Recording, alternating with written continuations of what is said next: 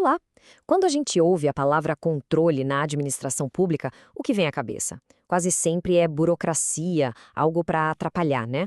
Mas e se eu te disser que o controle é, na verdade, uma das ferramentas mais importantes para a nossa democracia e para a boa gestão do nosso dinheiro? É exatamente isso que a gente vai desvendar aqui, porque controlar é, no fim das contas, proteger o que é de todo mundo. Essa frase, olha, ela pega bem no ponto. É muito humano, né? Todo mundo concorda que o controle é importante, mas a gente sempre pensa em controlar o outro. A ideia de ser controlado já não é tão legal assim. E essa resistência natural é o começo de um grande dilema que a gente vai explorar agora. E aqui está o X da questão. De um lado, tem essa percepção do controle como dominação, como algo que só serve para punir e engessar a máquina pública. Mas do outro lado, a gente tem a visão correta. O controle como uma bússola, sabe? Uma ferramenta de gestão que ajuda a corrigir a rota e a garantir que os objetivos que beneficiam toda a sociedade sejam alcançados. O nosso papo aqui é justamente fazer essa virada de chave. E por que essa mudança de mentalidade é tão urgente? Dá uma olhada nesse número. 63%. É um dado fortíssimo da KPMG que mostra que a maior parte das fraudes no setor público brasileiro acontece simplesmente porque o controle interno falha. Isso não é só estatística, gente. Isso é dinheiro de imposto que some e deixa de virar escola, hospital, segurança. Bom, para a gente organizar as ideias, vamos seguir este roteiro aqui. A gente começa entendendo melhor esse dilema do controle, depois a gente vê quem controla quem no Estado brasileiro, como a auditoria funciona na prática, quais são os critérios de uma boa gestão, o que significa de verdade prestar contas e, por fim, o que acontece quando essa conta não fecha. Então vamos lá, começando pelo começo. Por que o controle existe, afinal? Qual é a razão de ser dele dentro do Estado? E a resposta, por incrível que pareça, vem lá da Grécia Antiga. Aristóteles já dizia que o objetivo da política é a justiça, ou seja, o interesse de todo mundo. O controle, então, nada mais é do que o mecanismo que garante que o Estado e seus gestores trabalhem para esse bem comum e não para interesses particulares. É a ferramenta que mantém a máquina pública nos trilhos. Certo. Se o controle é tão fundamental assim, a pergunta de $1 milhão é: tá, mas quem controla quem? A resposta está num sistema que se apoia em 3 grandes pilares. O primeiro pilar é o controle interno. Pensa nele como uma autorregulação. É cada poder, cada órgão olhando para os seus próprios atos, para os seus próprios gastos, antes que alguém de fora precise fazer isso. É a base de tudo. A primeira e mais importante barreira contra erros e fraudes. Em seguida, a gente tem o controle externo.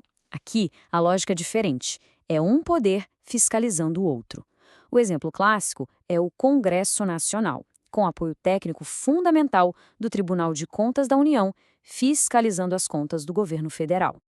E essa imagem aqui ilustra isso perfeitamente. É a famosa teoria dos freios e contrapesos de Montesquieu, que inspirou a nossa Constituição. A ideia é justamente essa: o poder controlando o poder, para garantir um equilíbrio que impede que qualquer um deles se torne absoluto e abuse da sua força. E, finalmente, o terceiro pilar, que talvez seja o mais poderoso de todos, o controle social. E aqui, quem entra em campo somos nós, os cidadãos. Esse poder só se torna real quando existe transparência, com portais de dados abertos e leis que garantem o nosso direito de saber e de questionar como cada centavo do nosso imposto está sendo usado. Agora que a gente já sabe quem são os controladores, vamos ver como se controla na prática. E a principal ferramenta para isso é a auditoria governamental. Existem basicamente 2 grandes tipos. A auditoria de conformidade é aquela mais tradicional, que se preocupa em verificar se tudo foi feito conforme a lei. Mas aí vem a auditoria operacional, que vai muito além. Ela não pergunta só se podia gastar, mas sim se valeu a pena gastar. Ela olha para o resultado, para o impacto real que aquela ação do governo teve na vida das pessoas. E como é que esse processo funciona? Ele é super bem estruturado, dividido em 4 etapas bem claras. Primeiro, o planejamento, que é quando se decide o que vai ser auditado e por quê. Depois, a execução, que é o trabalho de campo, de coletar as provas. Em seguida, vem o relatório, onde se comunica tudo o que foi encontrado. E, uma parte crucial, o monitoramento, que é para garantir que as recomendações para corrigir os problemas saiam do papel. A gente falou em auditoria operacional, em olhar para os resultados. Mas como é que a gente mede se uma gestão foi boa?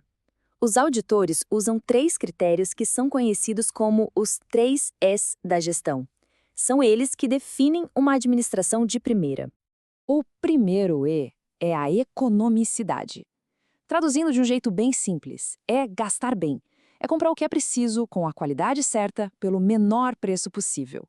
É a guerra declarada contra o desperdício de dinheiro público. O segundo E é a eficiência. Aqui a gente está olhando para a produtividade.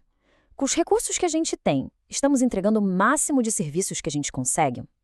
Uma escola eficiente, por exemplo, consegue atender mais alunos e com qualidade, usando o mesmo orçamento. É o famoso fazer mais com menos. E por último, a eficácia. Esse é o E do impacto, talvez o mais importante de todos. A política pública realmente atingiu seu objetivo final? A gente construiu o hospital, certo? Isso é eficiência. Mas a saúde da população melhorou de fato? Isso é eficácia.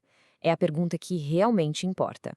Agora, todos esses mecanismos e critérios só funcionam de verdade por causa de um princípio fundamental que amarra tudo isso: o dever de prestar contas. Ou, como é conhecido no mundo todo, o princípio da accountability.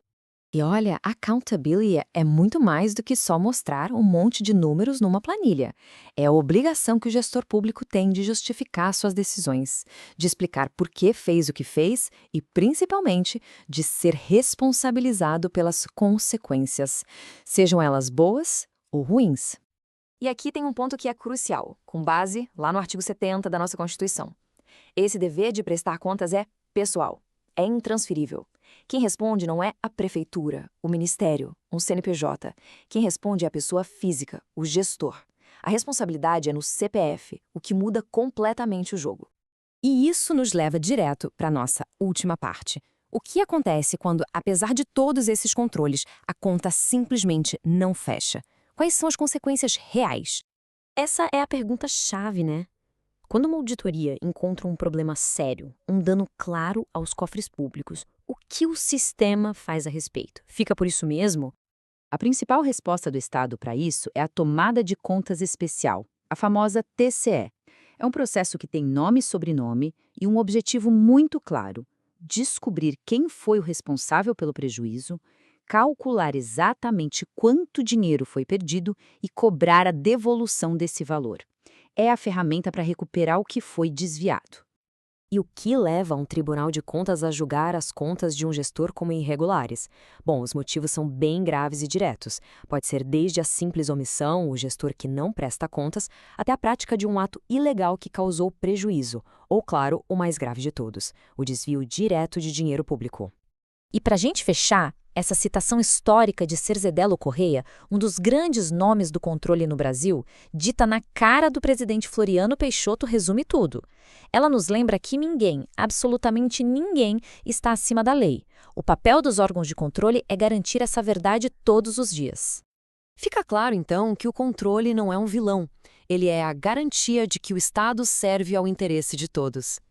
E a reflexão final que eu gostaria de deixar é sobre o futuro. Com tecnologias como a inteligência artificial, que já conseguem analisar milhões de dados em segundos, como vai ser a fiscalização daqui para frente? Será que a gente está caminhando para um controle muito mais preciso e, quem sabe, até preventivo? Fica aí a questão para a gente pensar. Muito obrigado!